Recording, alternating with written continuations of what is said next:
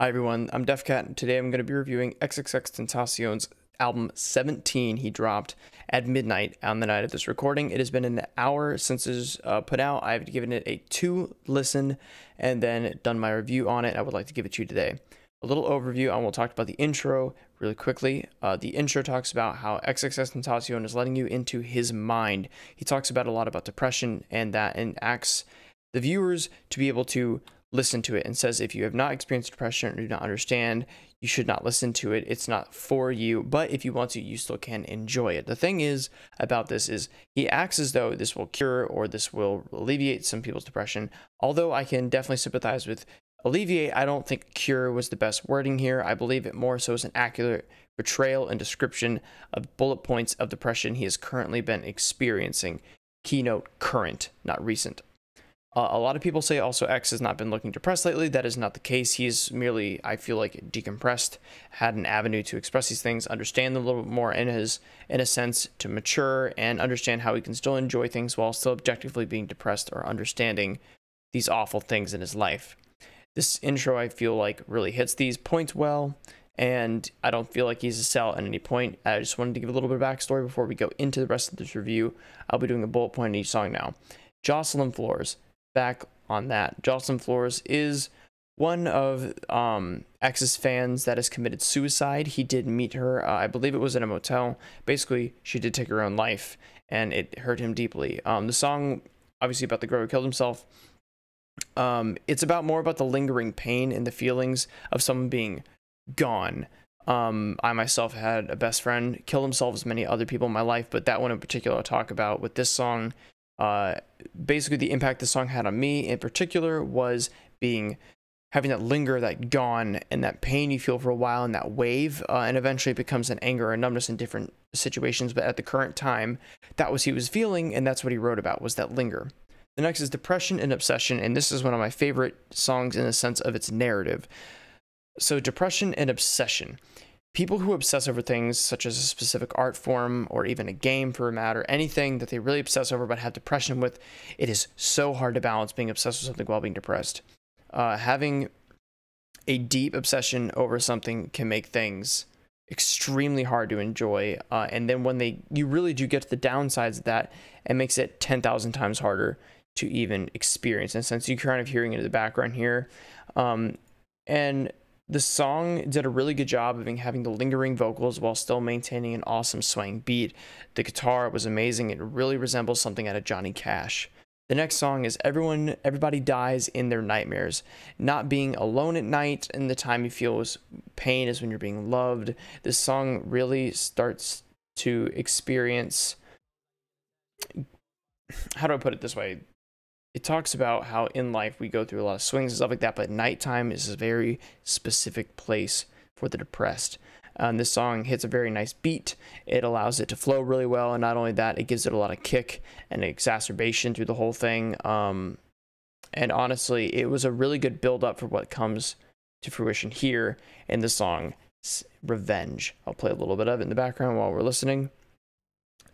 This song is very melancholy, a little bit sway back and forth. I feel like this is something X has done in the past that we haven't seen full-fledged yet, and he finally hits it really great on this song.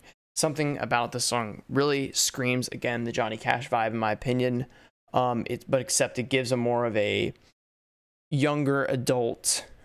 We're in this point right now in our lives, and what revenge means to him is it tells of how depression makes someone's rage turn against themselves. And instead of revenge being turned outward, people will steal, people will do whatever.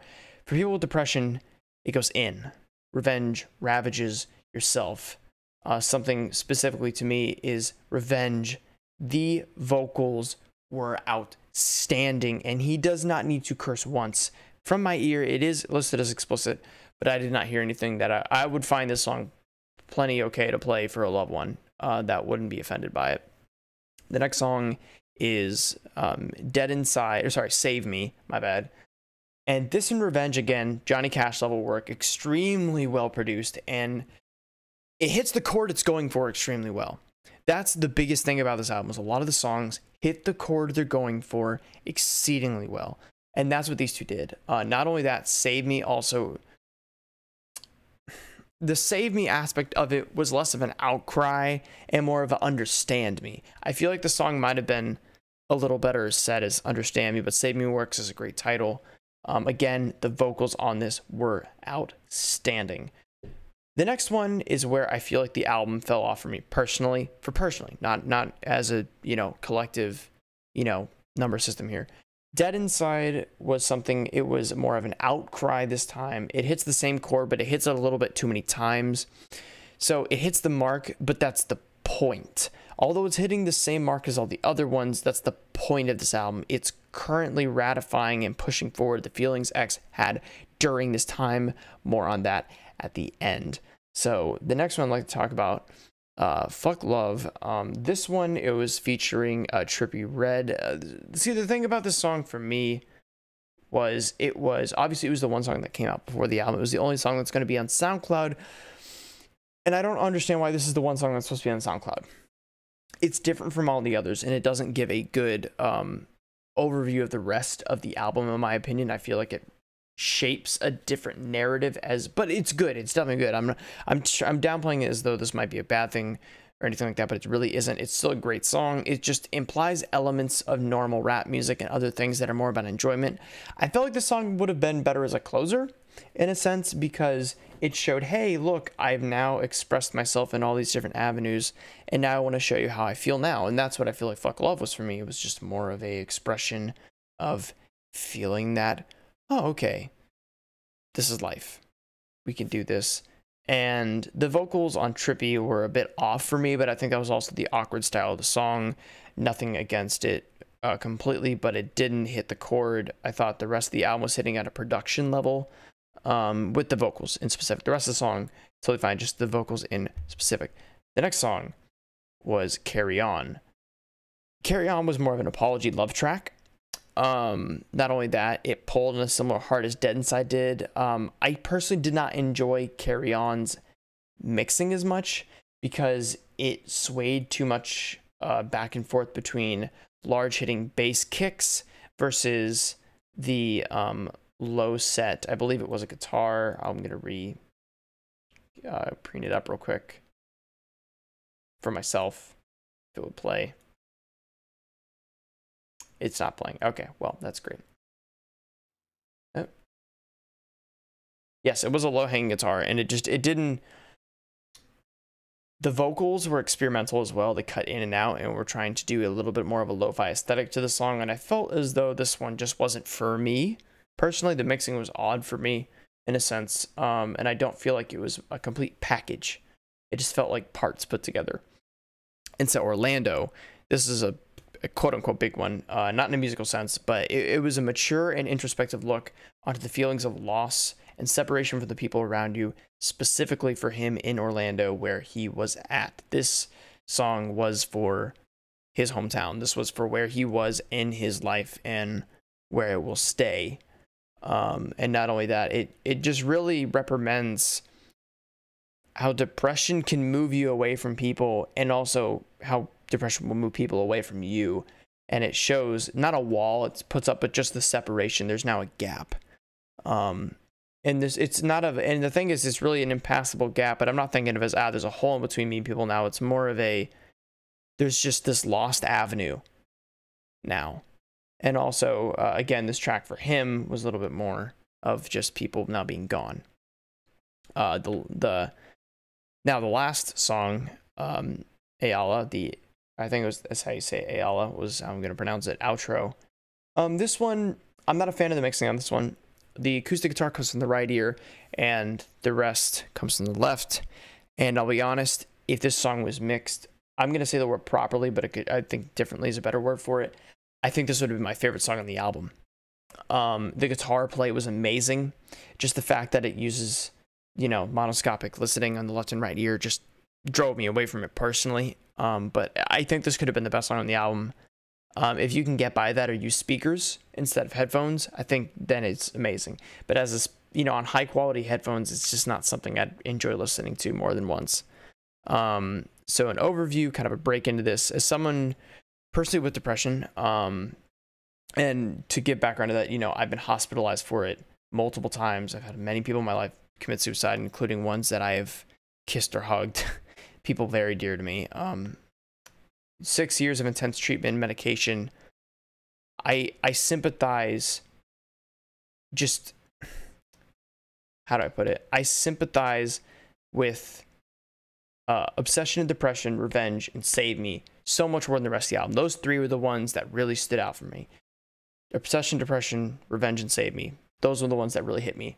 And a lot of people, I think, going into this will say, you know, I wasn't depressed and I still enjoyed it, and that's good because it's just such a well-produced album.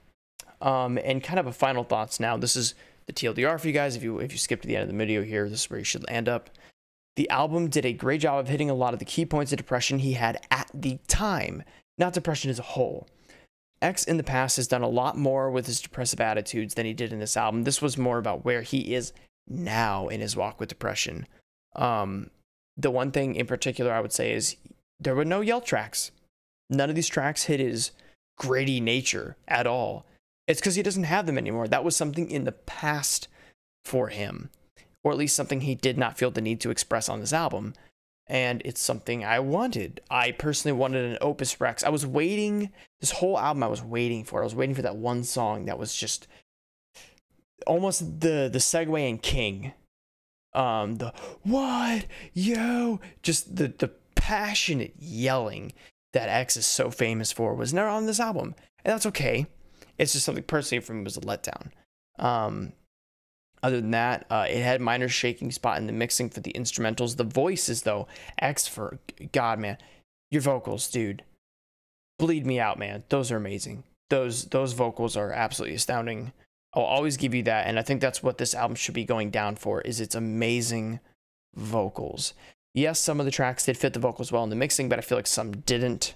I did express that on some. I am, again, a little sad there was no Opus Rex Passionate Rage, but other than that, this song, or this album in general, was not a full shocker for me, but I think it will be a big shock for a lot of his fans. And I think it was close to being perfect in my eyes, but like, he's young. This for his age and where he is at in his career, this was awesome. I am 100% satisfied and happy with this album. Not only that, I was, I guess, not blown away, but impressed with it. I hope this tells you, this is a must listen. Putting that out there right now, this is a must listen. As a rap fan, maybe, but as a music fan, yes. I hope to see more. I know this is terrible. He literally just dropped it tonight and I'm asking for more, but I hope we see more of this with a little bit more variety in the future. I hope you guys enjoyed this review. This is something I really, really wanted to make. I'm sure I'll do more in the future.